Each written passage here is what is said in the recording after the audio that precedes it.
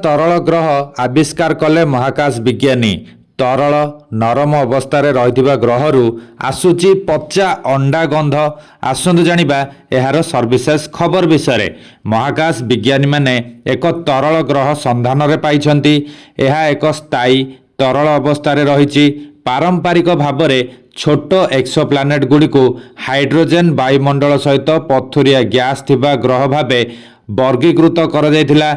Nature astronomy रे एही नूतन आविष्कार संपर्क में विस्तृत भावे आलोचना कर जायछि। एही ग्रह मूलतः मैग्मा रे गठित। एहार नामकरण L9859D भावे रखा जायछि।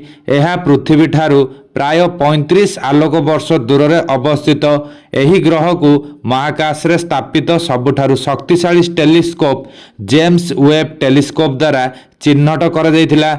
ऑक्सफोर्ड विश्वविद्यालय डॉक्टर हरिसन निकोलास एही ग्रह को मोलासेस परी एक नरम तरल अवस्था रहिथिबो बोली कहिसंती, जहार बाह्य अवतरण तरलित सिलिकेट द्वारा निर्मित होईछि। एथिरे तरल कोर रहिछि। एहार पृष्ठ तापमात्रा 1900 डिग्री सेल्सियस रहिछि। निकटवर्ती ग्रह गुड़िक गुरुत्वाकर्षण शक्ति जोगु एहार मैग्मा महासागर विशाल तरंग सृष्टि करिथाए।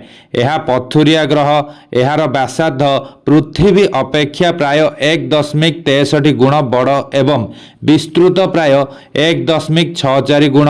35 आलोक वर्ष दूर रे एहा एक छोट लाल तारा को परिक्रम करुछि। तरल लाभा बा मैग्मा हाइड्रोजेन सल्फाइड रे समृद्ध एक ग्रह घन वायुमंडल रे आच्छादित।